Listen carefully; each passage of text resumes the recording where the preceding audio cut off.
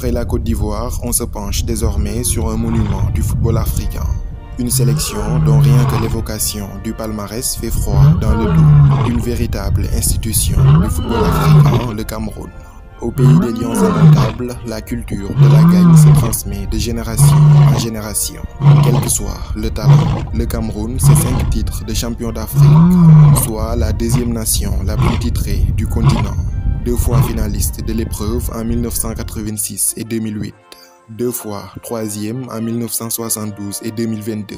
2 éditions dont ils étaient d'ailleurs le pays organisateur.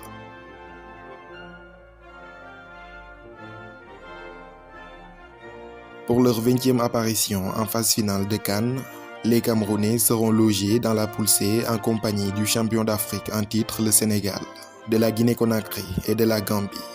Pour les hommes de Rigobert Song, l'aventure débutera le lundi 15 janvier 2024 à 17h face à la Guinée-Conakry au stade Charles Konan Banny de Yamoussoukro. Le vendredi 19 janvier à 17h, duel de Lyon, un classique attendu par tout un continent. Sénégal versus Cameroun, toujours au stade Charles Konan Banny de Yamoussoukro. Enfin, le mardi 23 janvier à 17h au stade de Bouaké, ils termineront par la Gambie. En Coupe d'Afrique des Nations, les règnes du Cameroun ont été périodiques. C'est les années 1980 et le début des années 2000. 2 époques où ils ont imposé une véritable dictature sur le continent. CAN 1984, l'édition se tient pour la première fois en Côte d'Ivoire. Le Cameroun de Roger Milla ira jusqu'en finale, éliminant sur son passage le pays organisateur. En finale, ils disposent des Super Eagles du Nigeria, 3-1 au stade Félix Houphouët-Boigny d'Abidjan. Théophile Abega, meilleur joueur de la compétition, fut l'un des éléments clés de ce premier sacre du Cameroun.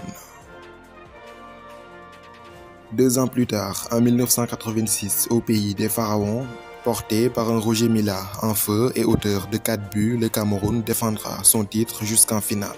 Un titre de champion d'Afrique que les Camerounais vont finalement céder au tir au but contre le pays organisateur, l'Égypte, 5-3. Sous l'impulsion de Claude Leroy en 1988 au Maroc, les Lions indomptables lancent l'opération Reconquête. Avec un Roger Milla toujours aussi affûté, cette fois-ci co-meilleur buteur et meilleur joueur de la compétition, la mission est accomplie avec brio. En finale pour la 3e fois d'affilée, le Cameroun, comme en 1984 en Côte d'Ivoire, bat encore le Nigeria en finale 1-0. Dans les années 1990, la sélection connaît toutefois une longue traversée du désert, sans titre ni finale. La jeune relève, celle des Raymond Kala, Rigobert Song, Marc-Vivien Foé ou encore Samuel Eto'o, avait besoin de temps pour se construire et gagner en maturité. Dans les années 2000, les jeunes lionceaux ont grandi et sont prêts à perpétuer l'héritage des anciens.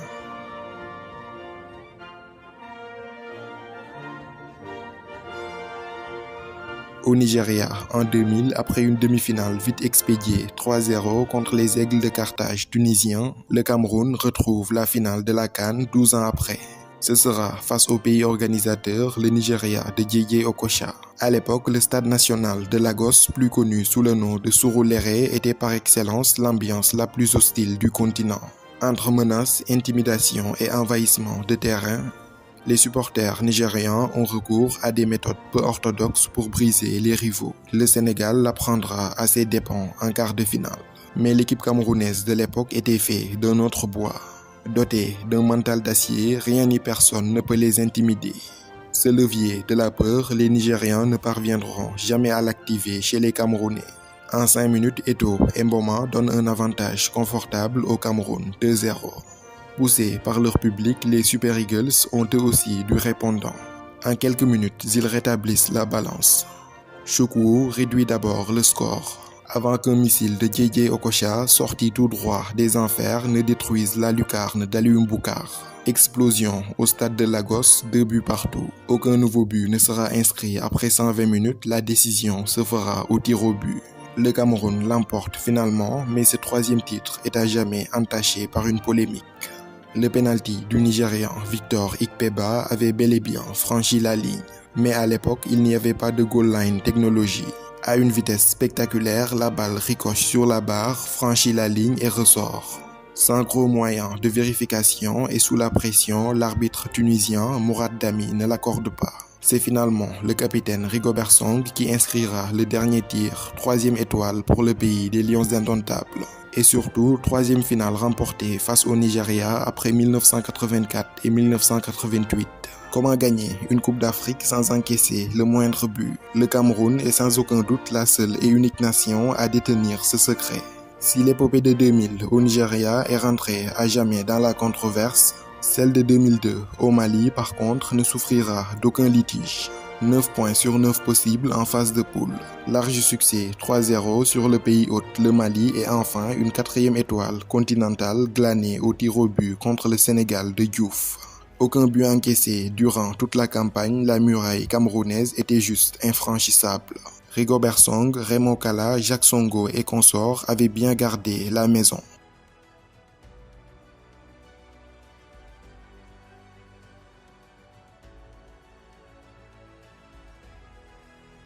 La 5e étoile est arrivée au moment où le peuple s'y attendait le moins. Avant la CAN 2017, de nombreux joueurs importants refusent de répondre à l'appel d'Hugo Bross. Dans cette liste, il y a un certain Joël Matip, André Onana, Eric Maxime Choupo-Moting ou encore Franck Zambo Anguissa.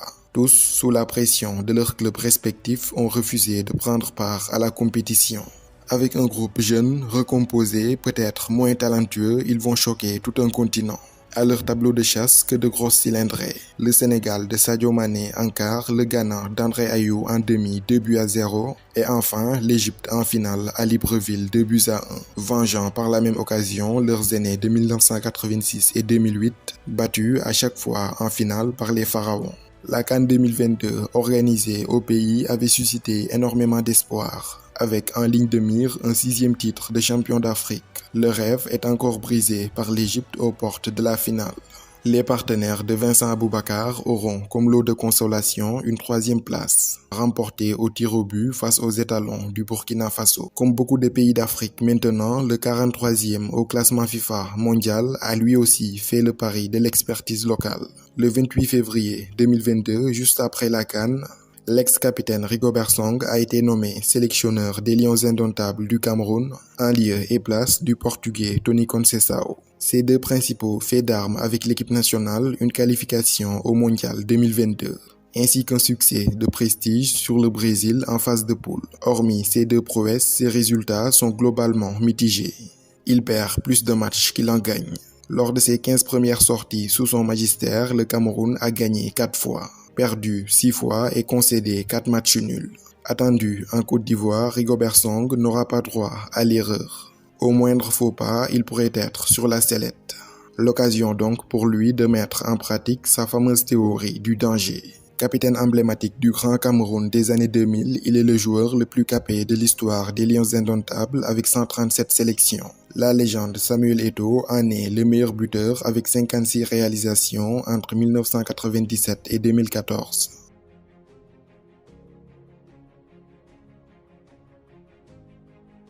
Suite à la disqualification du Kenya, le Cameroun s'est retrouvé dans un groupe A3 avec la Namibie et le Burundi. Durant ces éliminatoires, les hommes de Rigobert Song ont frôlé la catastrophe. D'abord, une timide victoire 1-0 face au Burundi qui les recevait à Dar es Salaam en Tanzanie.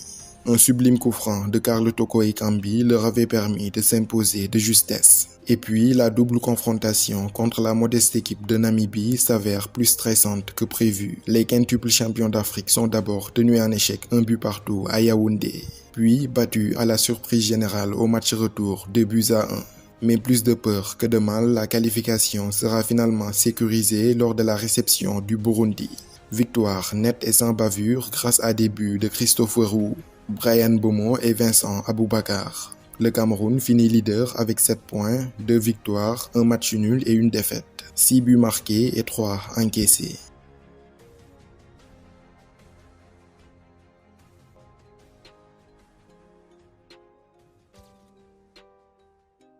Le Cameroun a souvent été gâté au poste de gardien de but. Dans l'histoire, de nombreux grands gardiens se sont succédés dans les cages des Lions indomptables. De Joseph-Antoine Bell à Carlos Idriss Kameni, en passant par Thomas Nkono, Alioune Boukar et Jean-Jacques Songo, le Cameroun est un pays réputé pour sa tradition des grands gardiens.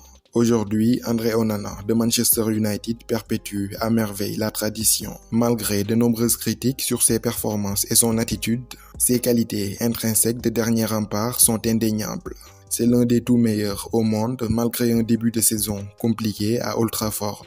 Du haut de ses 36 sélections, il jouera sa 3e CAN en Côte d'Ivoire et espère remporter sa première, lui qui était absent du Sacre de 2017. En défense centrale, la concurrence reste assez ouverte. Quasiment aucun des profils dont dispose Rigobert Song ne se détache forcément. Cependant, Harold Moukoudi de l'AEK Athènes et Jean-Charles Castelletto du FC Nantes pourraient être associés en défense centrale. Le jeune Rennais Christopher Wu et Omar Gonzalez d'Al Raed en Arabie Saoudite peuvent également avoir leur carte à jouer. À gauche de la défense, Nuutolo des Seattle Sounders aux États-Unis est le titulaire habituel. Présent lors de la dernière CAN, le latéral de 26 ans était l'une des révélations de la compétition. À droite, un autre joueur de la MLS, Olivier Mbaizo de Philadelphie. 26 ans également, c'est un latéral assez technique qui se projette beaucoup vers l'avant. Au milieu de terrain des Lions indomptables, on a habituellement un double pivot, avec Frank Zambo Anguissa, référence à son poste en Serie A italienne avec le Napoli. Indiscutable, il est soit associé à Pierre Koundé Malong, Olivier Cham ou Olivier Kemen. En attaque, l'ancien Lyonnais, champion d'Afrique 2017, Karl Toko Ekambi occupe le côté gauche. À droite, on a l'excellent ailier de Brentford, Bryan Mbeumo. En soutien de l'attaquant, l'expérimenté Eric-Maxime Choupo-Moting du Bayern. Présent en sélection depuis 2010, il a déjà joué 3 Coupes du Monde avec les Lions indomptables, mais également 3 phases finales de Coupe d'Afrique. En pointe, il y a aussi un joueur d'expérience qu'on ne présente plus en Afrique. Champion d'Afrique 2017, meilleur buteur de la CAN 2022, Vincent Aboubakar du Beşiktaş Istanbul. 98 sélections et 37 buts depuis 2010. Ses qualités de buteur ne sont plus à prouver, c'est l'atout offensif numéro 1 du Cameroun. En Côte d'Ivoire, il tentera d'égaler des légendes comme Samuel Eto'o en remportant une 2e